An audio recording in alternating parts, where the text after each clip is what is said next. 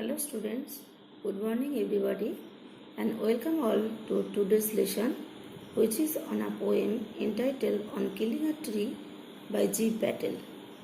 In previous day we discussed about the introduction to the poem and the poet.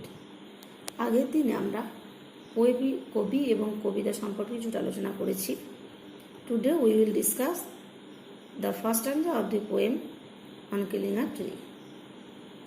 Through this poem, the poet wanted to warn mankind against deforestation. গাছ কাটার বিরুদ্ধে মানব সভ্যতাকে কবি এই কবিতার মধ্যে দিয়ে সচেতন করেছেন, সতর্ক করে দিয়েছেন। এবং এই কিলিং কথাটা is associated in the act of killing, act of murdering, murder করার ক্ষেত্রে কিল কথাটা কিন্তু ইউজ করা হয়ে থাকে। Here, the tree has been personified. The poet said that the trees are living being. কবি এখানে কি বলেছেন যে গাছেদের প্রাণ আছে, এটা কিন্তু বলতে চেয়েছেন। আমরা আগে বিজ্ঞানী আচার্য জগদীশচন্দ্র বসুর কথায় আমরা জেনেছি যে the trees have, the plants have life and the plants respond and reacts in excitement. এই গাছেদের প্রাণ আছে, তারা উত্তেজনায় তারা গাছেরা সাড়া দেয় এবং উত্তেজনায় তারা প্রতিক্রিয়াও জানায়, এটা কিন্তু প্রমাণিত। তাহলে এখানে main objective of the poem is to make the reader aware about the trees, about the agony and the pain that the trees feels when they are chopped or cut down. তাহলে যখন গাছে থেকে কাটা হয় বা টুকরো টুকরো করা হয়, তারা যে যন্ত্রণা অনুভব করে, এটা কিন্তু প্রমাণিত। এবং তাহলে কি মেসেজ কবিতাটাকে আমাদেরকে দেয় না, the poem gives us the message that the trees have life, but some unconscious men mercilessly or deliberately cut trees without feeling any fellow feeling towards nature. প্রকৃতির প্রতি কোনো রকম তাদের সহানুভূতি না দেখিয়ে কিছু নির্দয় ব্যক্তি কিন্তু কি করে, ইচ্ছাকৃতভাবে বা নির্দয়ভাবে গাছ কেটে ফেলে। That cutting or felling of tree is similar to murder. তাহলে এই গাছ কাটে ফেলাটাই হচ্ছে কি মার্ডার করার মতন সমতুল। কারণ the trees are our best friend, instead of protecting them we are murdering, তাই না? সেই জন্য এখানে কিল কথাটা কিন্তু ব্যবহার করা হয়েছে। তাহলে আমাদেরকে প্রকৃত বন্ধুকে রক্ষা দেওয়ার পরিবর্তে তাকে আমরা মেরে ফেলছি, এটা হচ্ছে মার্ডার করার সমতুল। সেই জন্য কিন্তু কিলিং কথাটা ব্যবহার করা হয়েছে আইরনিক্যালি, পরিহাস ছলে। এবার দেখো আমরা কবিতাটা তাহলে ফার্স্ট স্ট্যান্জায় যাই। আমরা দেখো তোমরা বইটা সামনে রাখো এবং দেখতে থাকো। It takes much time to kill a tree. It takes much time to kill a tree. একটা গাছকে হত্যা করতে প্রচুর সময় নেয়। it is not a easy task to destroy a tree completely. একটা গাছকে সম্পূর্ণরূপে ধ্বংস করতে কিন্তু খুব একটা সহজসাধ্য কাজ নয়। ইটস আ লেবোরিয়াস ওয়ার্ক, এটা শ্রমসাধ্য একটা কাজ। Okay, not a simple jab of the knife will do it. Simple jab of knife sweet blow of a knife.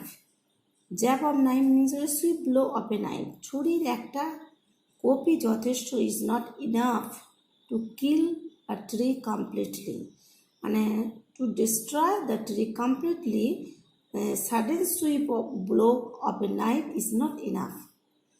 একটা ছুরির সহজ আঘাতই কিন্তু, একটা কোপই যথেষ্ট নয় একটা গাছকে মেরে ফেলার পক্ষে। একটা কোপ দিলে আমার গাছটা মরে গেল, এমনটা নয়।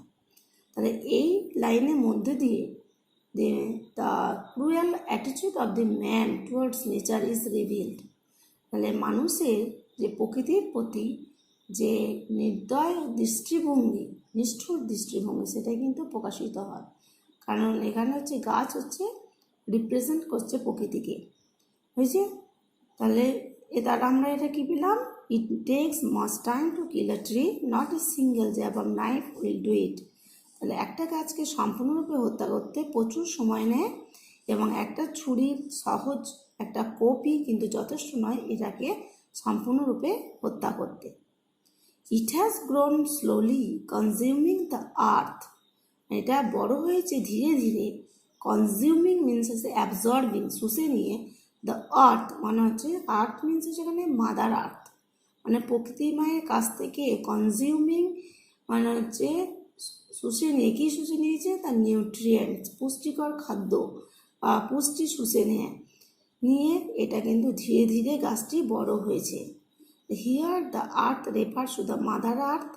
The poet also portrays the trees as a child who takes the nutrients from the mother earth and grows slowly as a grown up tree.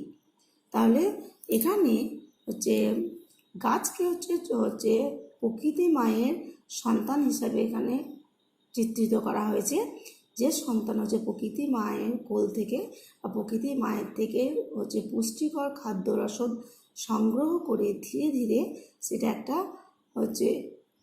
বৃক্ষে পরিণত হয়েছে। It has grown slowly.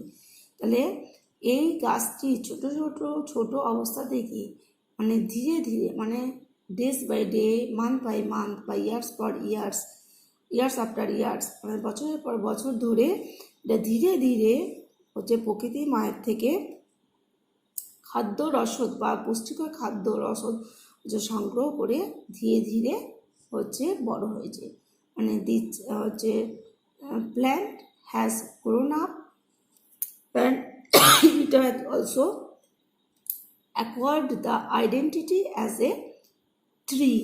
মানে ছোট্ট গাছটি আস্তে আস্তে এই খাদ্য রসদ গ্রহণের মধ্যে দিয়ে ধীরে ধীরে একটা পুরোপুরি বৃক্ষে পরিণত হয়েছে। And rising out of it, এবং এটা কি উপরের দিকে বেড়ে উঠেছে, মানে ফিডিং আপন ইটস ক্রাস্ট, মানে খাদ্য গ্রহণ করে। কোথা থেকে, ইটস ক্রাস্ট মানে surface layer of the soil, মানে মাটির বা ভূত্বকের যে উপরিতল, সে উপরের লেয়ারটা থেকে সে খাদ্য গ্রহণ করে ধীরে ধীরে বর্ধিত হয়ে উপরের দিকে উঠে গেছে, মানে বেড়ে উঠেছে। And absorbing years of Sunlight, air and water. এবং কি অ্যাবজর্বিং মানে টেকিং, মানে কি করেছে, গ্রহণ করেছে দিনের পর দিন, বছরের পর বছর ধরে সূর্যালোক, বাতাস, জল, এগুলো শোষণ করে ধীরে ধীরে এটা গ্রোন আপ বর্ধিত বৃক্ষে পরিণত হয়েছে।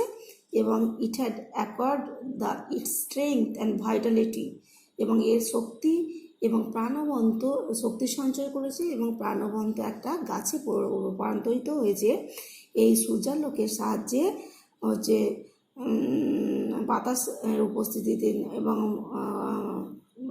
গাছটি তার মূলের সাহায্যে জল সংগ্রহে, খনিজ লবণ ইত্যাদি সংগ্রহের মাধ্যমে গাছ কী করে না, পাতায় খাদ্য তৈরি করে, এবং সেখানে কি খাদ্য নিজেদের খাদ্য গ্রহণ করে বেড়ে ওঠে, এবং এখান থেকে অক্সিজেন নির্গত হয়, যে অক্সিজেনটা আমরা গ্রহণ করে বেঁচে থাকি।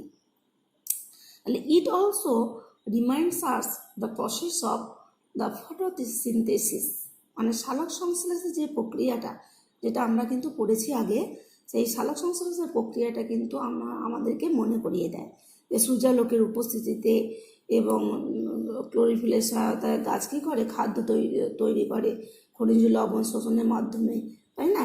তাহলে ইট অলসো আমাদেরকে reminds us the process of photosynthesis, সালোক সংশ্লেষের প্রক্রিয়াটাকে আমাদেরকে কিন্তু এটা স্মরণ করিয়ে দেয়। এবং এর মধ্যে দিয়ে গাছটি কি বেড়ে ওঠে এবং শক্তি সঞ্চয় করে, এবং কি প্রাণবন্ত হয়ে ওঠে। এবং এটাকে কিন্তু যে গাছটা দিনের পর দিন ধরে শক্তি সঞ্চয় করে একটা বৃক্ষে পরিণত হয়েছে, সেই গাছটিকে কিন্তু এত সহজেই এক কপি, কিন্তু সেই গাছটাকে হত্যা করা এতটা সহজসাধ্য নয়। কারণ হচ্ছে কি, সে তিলে তিলে নিজেকে মিলে ধরেছে এবং বড় হয়েছে, তো সেটাকে কাটা কিন্তু এত সহজসাধ্য কাজ নয়।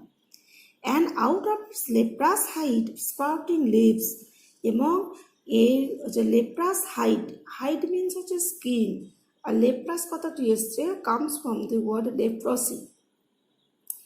তাহলে লেপ্রাস হাইট, তাহলে হচ্ছে হিয়ার দ্য হাইট মিনস হচ্ছে বার্ক অফ এ ট্রি, তাহলে এখানে the spotted bark of a tree is compared to the skin of a leprosy patient, that is leper.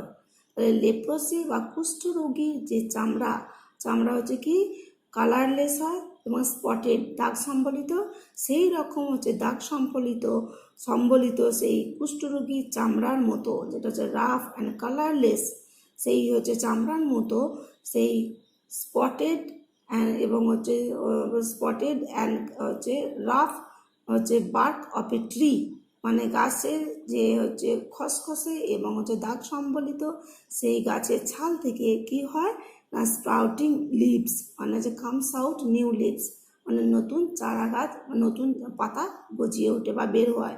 তার মানে কি, যে গাছের এই যে ছাল, যেটা হচ্ছে কি অমসৃণ এবং দাগযুক্ত, এটা দেখে মনে হয় যে গাছটি কিন্তু হচ্ছে অসুস্থ, তাই না?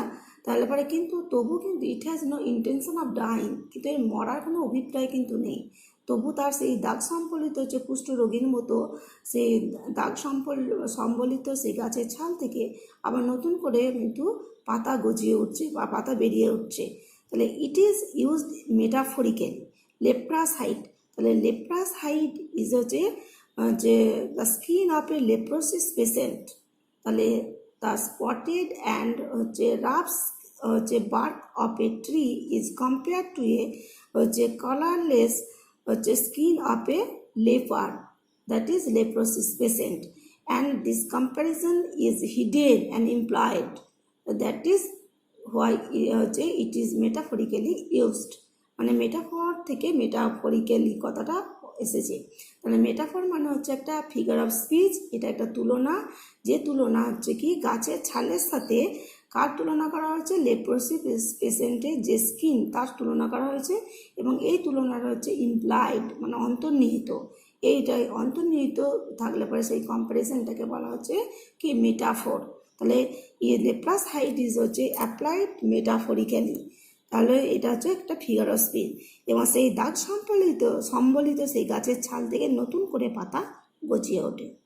ওকে, তাহলে পরে তোমরা দেখো এখানে হচ্ছে স্ট্যান্ডার্ডটা খুব ভালোভাবে পড়বে, এবং আমি যে ওয়ার্ড মিনিংগুলো বা এগুলো আমি কিন্তু বলে দেবো। এবং এখানে আর একটা ব্যাপার হচ্ছে কি, ইন্ডিকেট রাইম স্কিম কিন্তু কিছু ব্যবহার করা হয়নি, এখানে কিন্তু কয়েকটা ফ্রেজের মাধ্যমে ফ্রেজ ব্যবহার করা হয়েছে, ফ্রেজ যার মাধ্যমে হচ্ছে যে ফ্রেজগুলো আমি দেখো আন্ডারলাইন করে দিয়েছি, simple jab of knife, grown up slowly, consuming the earth, rising out of it, আপন ইটস ক্রেস্ট, ফিডিং আপন ইটস ক্রাস্ট। তাহলে এইগুলো হচ্ছে ফ্রেজ, এই ফ্রেজের মাধ্যমে হচ্ছে কি যে বিভিন্ন হচ্ছে প্রসঙ্গগুলোকে তুলে ধরা হয়েছে, এবং এইখানে কিন্তু ছন্দ মিল কিন্তু এটা নেই, কারণ এটা কবিতাটা হচ্ছে মুক্ত ছন্দে লেখা, মানে একটা রাইমিং ওয়ার্ড কিন্তু তোমরা পাবে না। অন্যান্য কবিতার ক্ষেত্রে যেমন তাল ছন্দের মিল থাকে, সেই মিলটা কিন্তু এখানে পাওয়া যাবে না, কারণ এটা হচ্ছে ফ্রি ভার্সে লেখা হয়েছে।